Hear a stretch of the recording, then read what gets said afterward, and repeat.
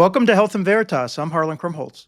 And I'm Howie Foreman. We're physicians and professors at Yale University, and we're trying to get closer to the truth about health and healthcare. Our guest today is Dr. James Dodington. But first, we like to check in on current or hot topics in health and healthcare. What do you got? Well, I got a couple quick hits for you today, Howie. First, let me just start with Oscar Health. You know about Oscar Health, right? I do. I followed it a little bit over the last 15 years now. So, they sort of came out. They had kind of a cute campaign. They said that they were going to be really tech-oriented. I think one of the Kushners was involved at the very beginning. Yeah, let's just mention where it comes from. It's sort of Obamacare passes, and this company funded by a venture capitalist, including not the other Kushner son, is involved in this. And I always forget their names. One of those Kushners. One of the Kushners. But they funded it, and it was originally going to be sort of ACA exchange plans, and it kept migrating to things. And I don't even know exactly what it does now. I think it's those still plus Medicare Advantage, maybe? Well, it attracted my attention, particularly when they hired Mark Bertolini as the CEO. He was the CEO of Aetna, a very traditional insurance company. And then they sort of brought him in, I think, as, someone who with vast experience in this industry to sort of help this company mature. Well, anyway, here's the thing. They had a standout Q1 2025, beating earnings expectations and reporting significant gains in revenue, profit, operational efficiency. They posted earnings per share of 92 cents, outpacing the estimates of 81 cents, reported $3 billion in revenue, a 42% increase year over year. Their net income reached $275 million, a $98 million improvement over the same quarter last year. Membership grew 41% year over year, ending the quarter with 2 million members and reinforcing its position as one of the fastest growing players in the individual insurance market. Now, the CEO, like I told you, Bertolini, credited the growth to innovative plan design, digital engagement. I told you that they were tech first from the very beginning. Scalable technology, including new AI-powered tools in virtual care and case management. And then, the stock surged about 15% in pre-market trading with all this. And I think what's just really interesting is this, sort of focus on aggressive operational efficiency, technology-driven scale, disciplined pricing, membership growth with retention. Anyway, it's just something to keep an eye on because I know you're very interested in what's going on at United and, some of the other legacy groups, and are going to talk a little bit about United later. But here's one that's really looks like doing quite well. Yeah, no, and look, we want to see these firms do well. We want to see them do well for their shareholders, but more importantly for the customers, the beneficiaries. And it's been frustrating because there's not too many that I have great faith in right now. But Oscar Health's been out there 15 years. It's nice to see they've migrated to a market where they're able to make money. Yep. So here, let me get my next quick hit, which is we've talked about it before, Hims and Hers. Yes. They surged 20% last week after announcing strong Q1 results and unveiling a pretty bold long-term plan. They reported Q1 revenue up to $586 million. That's a 111% increase year over year. And, they beat their market estimates for EPS. And the biggest story here, I think, was that their projection for 2030, $6.5 billion in revenue, $1.3 billion in adjusted EBITDA. And I always can't pronounce that, Howie. What is it? You're close. It's EBITDA. I mean, EBITDA, but a lot of people get it wrong. Earnings before interest. Earnings before interest, taxes, depreciation, and amortization. Yeah. Thank God. You're teaching in the business school. So, look, I think what's really interesting to me is they got part of that big bump because they were pushing all of the compounded anti-obesity drugs. But they really are trying to say their strategic levers are this personalized solutions at scale, sort of they're going to go to new categories like low testosterone and menopause.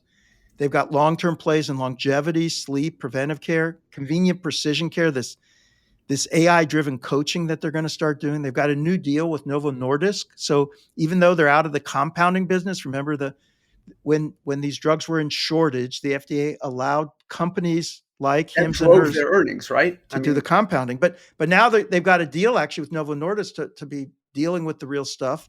Yep. And they're going global expansion with the UK. I'm going to get to my last quick hit in a minute, which you'll see is a big issue with them. But in all of these areas, they don't want insurance. They want people just paying out of pocket. People apparently are paying out of I pocket. heard. Yep. And they're doing stuff like, take the sexual health stuff. They're transitioning from on-demand meds, where people just take Viagra on demand, to actually daily multi-condition treatments where they're getting people to take sort of sexual health enhancements daily as part of a regimen. And But this is a lot of this is not evidence based, and a lot of this is about the worried well in society. And I can't help but be worried that this is contributing to not helping our overall healthcare system at the moment.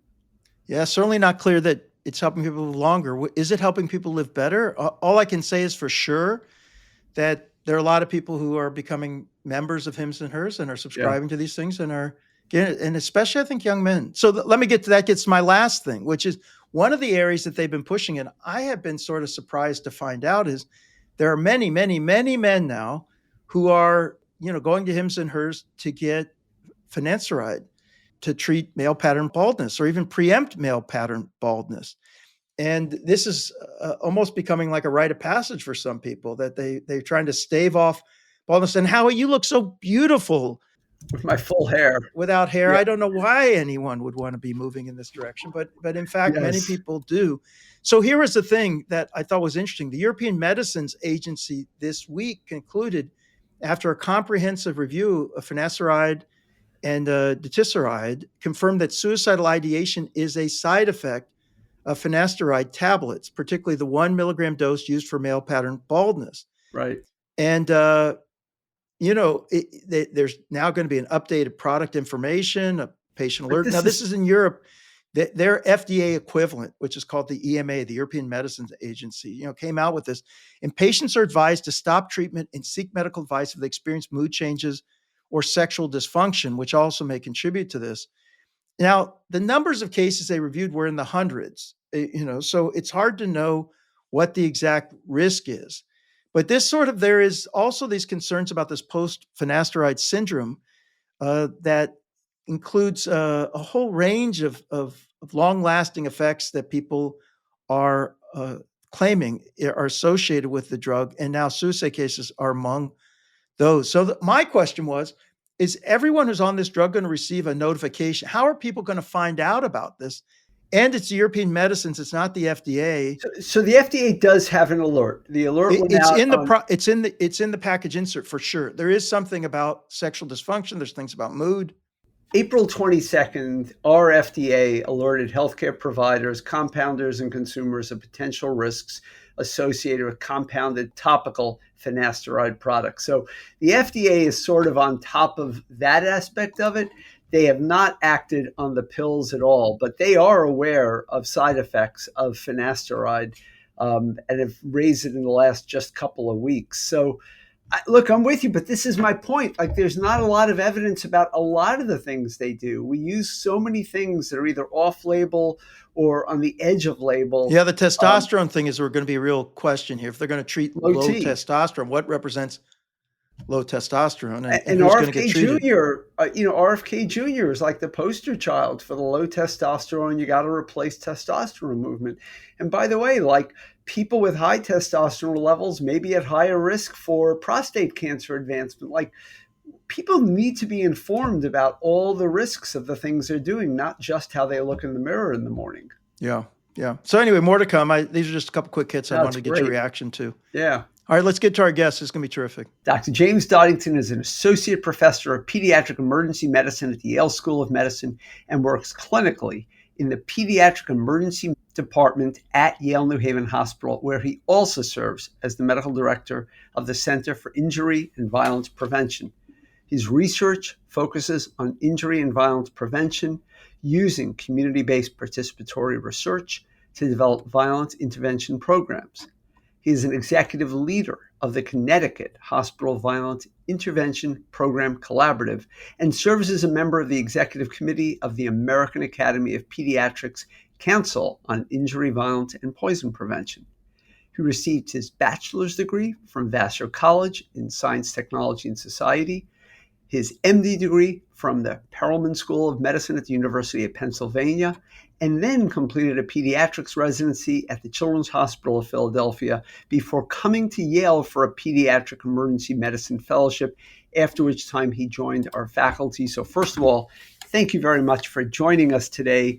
This is an incredibly important topic. We've heard from Joe Saccharin before. We've heard from Megan Ranney before about gun violence. You're specifically addressing pediatric gun violence, which in some ways is similar to adult gun violence, but in other ways ties into so many other social ills in society and so many things that are outside the control of the children themselves. Can you give us some statistics to give us the magnitude of the problem that we're facing, even in a state like Connecticut where gun violence is less than some other places? Howie, to answer your question, I think we often say in this work that gun violence, firearm injuries, are the leading cause of death for children and adolescents in the United States. Full stop. Crazy. The Surgeon General, of course, put out a report on this, which has now subsequently been removed, but just referencing that great work.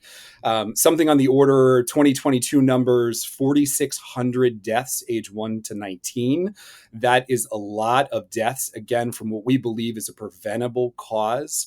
And really importantly, I think, Howie, getting to your kind of key points here, when you look at 1 to 17, where many people really consider pediatrics, and then up to kind of 1 to 19, the drivers of those numbers are really stark. One of those key drivers is firearm homicide. So for Black or African American individuals age 1 to 17, those rates of firearm homicide are nearly 11 in 100,000 versus those identified as white that just barely approach 1 per 100,000. So you have stark disparities and major numbers in terms of what's driving both suicides and homicides in the United States for children and adolescents. And also you talk about the rural-urban divide and those exposures. What are the other risk factors for gun violence besides race? Yeah, so you're exactly right. We see reflected in the pediatric and adolescent numbers that sense that folks in rural communities are very much at risk. Higher numbers in suicide. We have seen some changes over the last few years that are rather startling. A piece published by one of my primary mentors, Dr. Lois Lee, up at Boston Children's Hospital, recently looked at rising numbers of suicides for African American or Black females, which has been an interesting piece that has been under described in the literature. And then importantly, I think what we all say in this field is that a lot of the potential solutions are known about firearm safety and securing firearms in the home, and focusing a lot on the potential community interventions and other tactics that we can use. But again, there is just very little research. There's very little investment in this space. We are so lucky at Yale to have the arrival of Dean Megan Ranney at the School of Public Health and working very closely with her in these initiatives. But again, just not enough folks involved. I was so impressed to see this hospital-based violence intervention program that you set up. And, it's really, as I understand it, an attempt to kind of bring together mental health services, case management, job assistance, housing support. Howie and I have talked about this a lot on the show, where if you really want to make an intervention in health, you have to think more broadly about the context of people's lives and the challenges that they face. It's not just about telling them what to do. I wonder if you could just talk a little bit about, where did the idea come from? How hard was it to get started? And then the one thing I noticed in the BMJ paper that was put out was still, it seemed like a low participation rate, around 12% at least was quoted. Why can't we get more people to avail themselves of the kind of services that you're trying to pull together? Participation is really hard. Those are honest numbers. We hope that we are continuing to improve. We've expanded our services to look at domestic violence and mid-partner violence, which is slightly different. But it is really hard to get a hold of folks. They're seen in our emergency department. They might have a radiograph read by Dr. Foreman, but then they're discharged and they're back in their community. And we're not always able to get folks to have trust in our group, to be clear, and then to come back in. Can you touch on the ramifications of violence beyond the victims? Because I think that's under discussed. I think it did come out in Dr. Murthy's report, but just a little bit about what you see from your community-based approach as the ripple effects of violence. Yeah, no, this is really important. I think we are just beginning to kind of peel the onion of the impacts of firearm injury. So, to your point, I think one of the most important pieces that's happened here at this Yale School of Public Health is the founding of this, our FIPI, as I call it, the Firearm Injury Prevention Initiative. And I bring this forward mostly because the person I think of most, Howie, in this question is Nelba Marquez Green. Dean Megan Rainey was able to hire Nelba Marquez Green, who is really a survivor-centric advocate. Nelba lost her daughter tragically in Sandy Hook shooting, and she's dedicated her life to doing work on behalf of survivors. And Megan, in bringing her into our initiative and work, has really centered this question, which is, what do we know about, in my case, I focus very specifically on the survivors of violent injury, but then what about their families? What about their brothers and sisters? What about those who are merely exposed? And I say merely, but of course it's important, those in the neighborhood who hear gunshots at night, or kids that are in schools that are experiencing lockdown drills. We're finally starting to kind of peel back that onion, as I said, to focus on those impacts. And I have to say, I don't have top line a readout in terms of what we know, but clearly the mental health impacts, and as Nelba often brings forward to me and has really helped shift my perspective, so rarely in the healthcare space are we really looking outside of that bubble of the individual patient and thinking about the impacts of the entire community. And so it's wonderful to have public health school deeply involved in this. One thing that you've been part of that is, I think, really novel, and I'm curious how it's panned out, is this cash aid as a tool for recovery. And this unrestricted cash assistance where you can try to meet people's basic needs, housing, childcare, missed wages. I mean, it's an understanding, again, of what these people's lives are like, typically among those who are in this situation, those who are missing it. And you've said, quote, we've seen it help survivors meet their basic needs while supporting their psychological and emotional recovery. I wonder if you could just expand a little bit on this. Where'd this idea come from? How's it being evaluated? Yeah. Thank you so much, Harlan. That is a new passion of mine. The finance side of healthcare has not been my focus, but suddenly it was classic story. A Yale medical student, Chris Shank, came to me during the pandemic and said, they're doing this cash assistance work in the pandemic. And he brought to me an example of an organization, 4CT is the name of the organization that was doing this. And we applied as our violence intervention program to start a little bit of a pilot. It has really grown from there, in that I would say, if my team were speaking, they consider this work to be really foundational to how we approach victims of violence.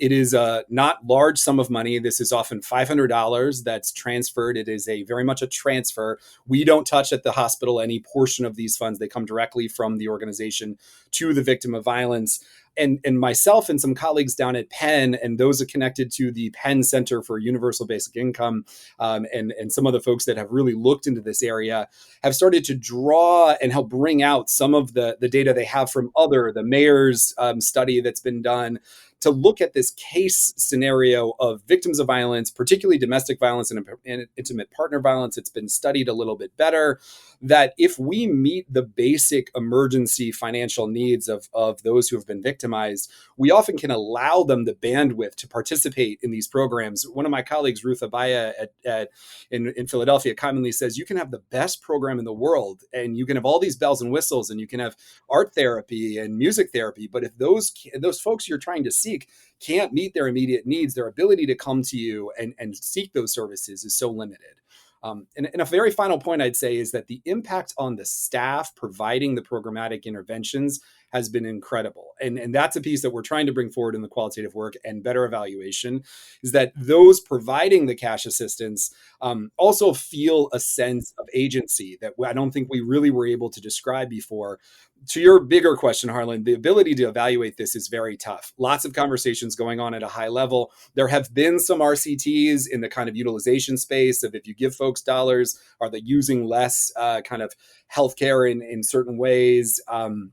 in the specific kind of thought case around victimization and emergency financial assistance, we're trying to drill down on a way of doing this. Of course, one of the big questions is ethically doing this in an RCT format with folks who are experiencing these traumas. So looking at ways to build this into a multi-site dimension so that we can better understand the impact. I look to incredible folks at Yale. Emily Wong has done some of this work in the reentry population. There are others that are in this space. I'm excited to see more people enter. And I hope that that story of a medical student inspired concept that becomes a core of your program really carries forward. And just to be clear, what qualifies you for it? I mean, because, you see a lot of people with gun violence. I mean, which individuals, what is the criteria by which you apply? Right. So for our smaller size program, you have to be a victim of violence. So you are in a sense, one of our higher acuity trauma patients. You have you've been a victim of a gunshot wound or a stabbing or a high acuity assault that's in our program that then allows you to get this emergency financial assistance. Would this be like an innocent bystander? I mean, if two people were shooting at each other and they both got injured, are they qualify for this assistance? Interesting. So yes, there are some kind of key points of like how we intervene to do our work. We tend to see victims of violence that cross our threshold at the hospital and enroll as many of those as we can. To your point, there is sometimes a difficulty if those who are shooting and getting shot are kind of in the same situation. And we work very carefully with a lot of city partners to try to sort that out. And we are funded by the Victims of Crime Act dollars for our violence intervention program. And that does have a caveat that we really can't intervene for folks that are currently incarcerated or in custody. One other quick follow-up, just sorry, Howie, this is so interesting. And I can imagine that a patient could become the family members of the person who may have become deceased through this process, and that these kind of transfers can help them manage a situation so further pathology doesn't grow from, I mean, obviously they're mourning, but they also are in need of assistance. Yeah. So actually, that is a key point. One of the only other groups that we primarily serve are the next of kin of victims of homicide. Yeah. That has been one of the most impactful parts of this work. I have to reference my primary motivator in all this work, Mr. Pep Vega. He leads our outreach. He was a victim of violence in our hospital, 2 episodes, and now has really dedicated his life and work to doing this. And so he has really been in the hospital. Somebody. Oh, no, sorry. He was a victim who arrived to our hospital. He was treated in our hospital. But twice, and had a horrible, interaction, even though innocent bystander, it sounds, twice, and was never treated appropriately. I mean, we'll put that in the show notes, but it's a very compelling and sad story. And yet he has risen up to be an active participant in helping fix this. Absolutely. I wanted to quickly also mention, you've not just been involved in this from a scholarly point of view and in trying to intervene, you've also been a great mentor to so many students. And one in particular, you and I had in common with a project that won a case competition and ultimately made some progress in the state of Connecticut, Operation Healthy Home Front. Can you speak just briefly about how that I don't know, for me at least, it's so special to be at a place where you have students, you have passions, and those things come together. Do you want to speak briefly about that? Absolutely. That's a great story, Howie. So you referenced 3 wonderful Yale undergraduate students, Abe, Allie, and Patrick. They came to me and Howie, I think, kind of jointly to work on a health policy project about combining the incredible opportunity of having veterans involved in firearm injury prevention. And they won a health policy scholars competition. And I think in my understanding of how I was as a medical student, or excuse me, an undergraduate, I assumed after that maybe we'd be kind of done. And I couldn't have been further from the truth.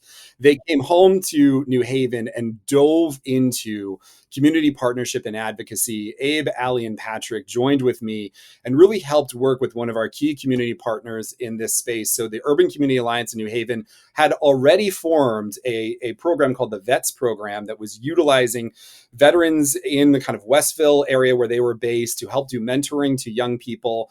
And Abe and Allie and Patrick not only kind of dove into understanding that program and how their kind of work in health policy, their connection could assist in improving that program, but got on up to the Capitol, gave testimony before the Veterans Committee on behalf of funding and support for this kind of work. work. And I've told them many times, distal to that, we've had great partnership and improvements and connection to that organization and that work. And I think it's always this testament to the incredible power you get from mentorship and support from students. They have all kind of come back multiple times to check on things and see how things are going. And I would say in sometimes these darker times, it's really what keeps me moving. And I'll just say a brief thing, two things. One, I had nothing to do with it other than mentioning the case competition in class. So I don't want to take any credit for what they did. But two, they're all graduating this week from Yale and going on to really great things. And I know that this experience for all three of them was one of the most important ones during their 4 years here.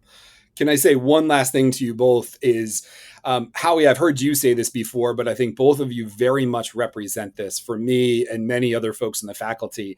But the focus on mentoring, Howie, I think your phrase is basking in the glow of others, that this concept that we really get so much out of the mentees that we put out in the world. And that has been so inspirational. So thank you both. Yeah, no, and I also don't want to let you go without explaining to our listeners what you see day to day in the pediatric emergency room outside of gun violence, because I don't think we talk about that often enough, and how this subspecialty has evolved into a multimodality, broad-based ability to deliver care into the communities. I don't know if you want to just say a brief word about that field. Yeah, just a tiny moment. I think we in the pediatric ED are incredibly close to Dr. Foreman because he comes to check in on us and get a little snack every so often. Absolutely. I don't know if you know this, Harlan, but Howie is our favorite visitor. When he comes by, he's checks everyone's favorite visitor. I don't know if you know this. He comes and checks on us clinically. It's very much a clinical check-in, but he also may get a small snack. It's the best snacks in the hospital. What do you entice them with? I'm just wondering, what is it that you're it's offering? bad. It's unhealthy food. It's ultra processed food. Yeah. Honestly, Harlan, I'm trying to get the food away from the children because it's not healthy for them. That's right. It's a service. Just give me a little hint. Like, what's an example of the ultra processed food? Cinnamon Toast Crunch lately. Okay, there you go. Not good. We try to save them for Dr. Foreman. Not good. He's a hero. He's a hero, really. Yeah. So to be clear, the pediatric ED is really an incredible field that has grown out of some fabulous folks that founded this at, now 30 odd years back.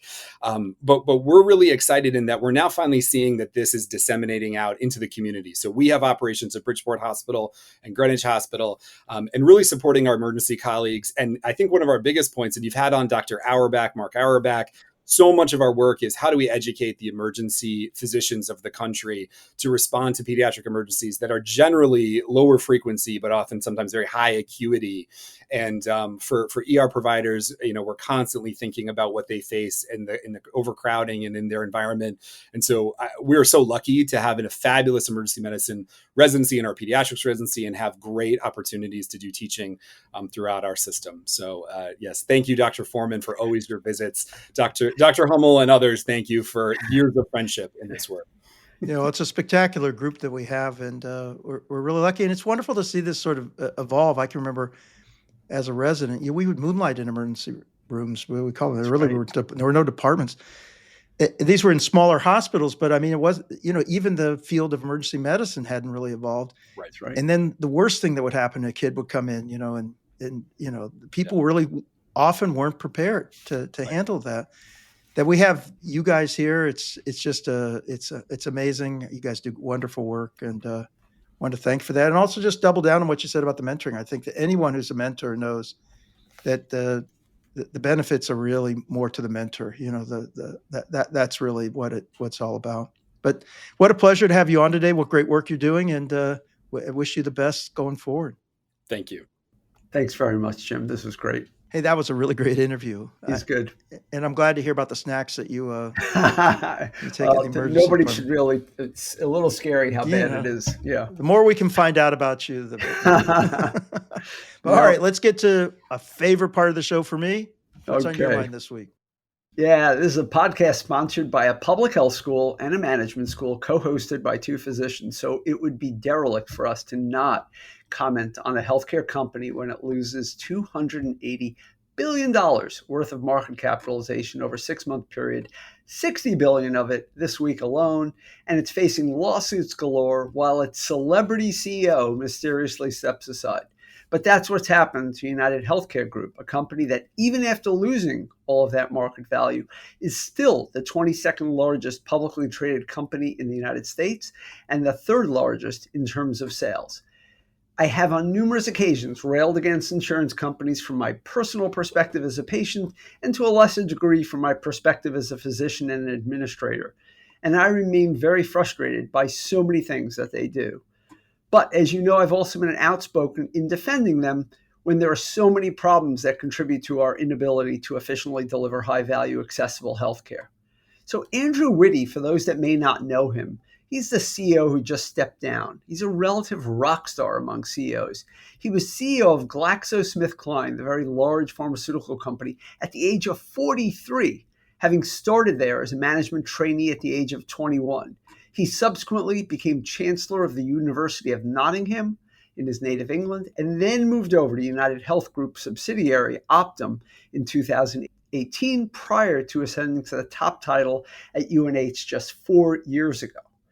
After the assassination of Brian Thompson, who is the CEO of their largest subsidiary, greater and greater attention was drawn to the patterns of behavior by United Health Group in denying care at what were described as unusual levels. And at that point, the stock had just had some disappointing earnings news, but was still relatively close to its all-time high. The last several months have seen more and more bad news come out for the company and its shareholders. And just last week, shareholders filed a lawsuit against the company. And I just got to read you this quote from the lawsuit directly. The statement in paragraph 33, which just referred to their statement about earnings, was materially false and misleading at the time it was made because it had omitted that the company was no longer willing, in parentheses, as a result of heightened scrutiny against the company, as well as open hostility against the company from large swaths of the general public, close parentheses, to use the aggressive anti-consumer tactics that it would need to achieve the $28.15 to $28.65 in earnings per share, and then it has adjusted earnings as well. As such, the company was deliberately reckless in doubling down on its previously issued guidance. UNH has also had challenges from lawsuits related to its Medicare Advantage plans, the Change Healthcare hack, and many more. But just pointing out that here is a company that is sued by shareholders for not being aggressive enough, although legal experts would say that the real issue is the misleading guidance, and criticized by Congress for being too aggressive, under attack by the public for doing precisely what employers, Medicare Advantage, and even individual policyholders are asking for, and that is holding down costs of care. And yes, they are enormously profitable, even in bad years, earning tens of billions of dollars. And the last point I will make, during my shifts in the emergency room, I see some of the consequences of this insurance company behavior. It becomes actually easier to pay a larger copay and come to the emergency room to get an MRI or CT scan than to go through the lengthy and frustrating process to get it pre-approved by an insurance company. That's nuts. It's not helping anyone. We absolutely need to do better, but it's not about one company. It's about a completely stinking healthcare system right now. Okay. I don't think I could disagree that there are so many different things that need to get better. So I'm just angry, Harlan. I'm angry. you're an angry guy. You're not going to take it anymore. No. I think the question is, are these too big to fail? First of all, like you said, they're still making money hand over fist. I mean, Yes. it's just remarkable the amount of money quarter, that billions and billions of dollars. Of course, the money's coming from different sources, some from the primary insurance companies, some from Optum itself, some from selling data. But it's using data. mostly the insurance. I mean, that's where the money's made. Well, but they also own a lot of practices. I mean, it's a huge, huge ongoing concern. And, we talked about Oscar before, which is sort of much more focused, it's a small little gnat on the shoulder of a UnitedHealthcare, Right. but, they're doing well, but Well, what's your concrete suggestion here? Because, Yeah, I mean, I think about that a lot. I mean, I think that number one, we do need to hold these companies much more accountable to bad behavior. And I think the Department of Justice has done just that over the last few years, but it's slow. The public has held United Health Group very accountable, and that's why they're having these problems right now, because the public is suddenly the company is suddenly realizing that the public's not going to take it anymore. I do have a little hope that it doesn't have to be Oscar. It could be United Health Group can get their act together. They need to, number one, denials are appropriate at times, but you got to give people recourse. You can't tell somebody no and then make them wait a 3-month period to adjudicate something that might have been a mistake. And that's what they do. They delay this way too much, way too often. You also have to be able to hold accountable all the other players in the market, including the physicians, including the drug companies. Well, how about the role of PBMs. the employers? I mean, look, Exactly. Here's the thing: is that in many cases they're just acting as a fiduciary. I mean, Yes. and like I even wonder this with Aetna. Aetna said we're not going to be prescribing Zepbound, tirzepatide anymore from Yes. Lilly. We're going to force people on Wegovy, which is like Ozempic, which is a semaglutide, And they get a cheaper price. and a study just came out that said semaglutide's less effective than tirzepatide. But they're kind of forcing people down an avenue, and But how much? But this is, again, that example is great. I almost thought about doing a whole segment on that. Do we owe everybody the best, most expensive option, or are we trying to maximize healthcare? Semaglutide is dramatically better than prior anything before it. And as of right now, Zepbound is pricing themselves so much more expensive that the trade-off is, do we want to commit to an extra $1,000 a year for a benefit that might on the margin only be 5 or 10% better for an individual? And look, I actually applaud Aetna for trying to build in Wegovy into their plan in a cost-effective way. If you start building in Zepbound, Eli Lilly, I think they're the manufacturer. Lilly, right? yeah. Lilly, if they don't want to play along and come up with a cheaper price, is that the right thing? So everybody has a part to play here. Yeah. And I mean, I think it's a question is what you're going to be paying for insurance going to go up even within Exactly. employer plans. But I will just say about the anti-obesity drugs, at least we know they work. I mean, Yeah. there's so many things being done within the healthcare system that we have really no real My clear imaging, evidence. a lot of my imaging is of marginal benefit, but very expensive. Yeah, that's a good example. You've been listening to Health and Veritas with Harlan Krumholtz and Howie Foreman. So how do we do? To give us your feedback or to keep the conversation going, email us at health.veritas@yale.edu or follow us on any of social media. Yeah, and we love to get your feedback. It helps people find us. We always get back to folks who email us. So yeah, keep it coming. And if you have questions about the MBA for Executives program at the Yale School of Management, reach out via email for more information or check out our website at som.yale.edu/EMBA. And once again, Health and Veritas will be at the Yale Innovation Summit on May 29th with Yale School of Public Health Dean Megan Ranney subbing in for Harlan. Subbing in. I know, who will sadly be on another continent that day. And I say this with sincerity. He will be missed, and I know he misses us as well. I will miss you. But we will have a number of surprise guests and a live audience there. So please look at the Innovation Summit and come see us. Everyone remembers Wally Pipp, right? That was the guy who was sick one day. Lou Gehrig came in and he played another, Luckily, Megan Ranney is probably the only person I know who's as busy as you. So I think your job is safe. But maybe my job's safe. We're thankful. Health and Veritas is sponsored by the Yale School of Public Health and the Yale School of Management. We're so fortunate to work with these superstar students like Tobias Liu and Gloria Beck, and with a wonderful, remarkable producer, Miranda Schaefer. And I'm thrilled and honored to be working with the Howie Foreman. And I love working with all of you. And it's also a great time, Harlan, to point out, as we did earlier, this is graduation week for Yale. And so many of our graduates are going to walk this next week. And Sophia Stumpf and Inez Gilles will be among them. So congratulations to them. Way to pronounce their name, Howie. You got it. Talk to you soon, Howie. Thanks, Harlan. Talk to you soon.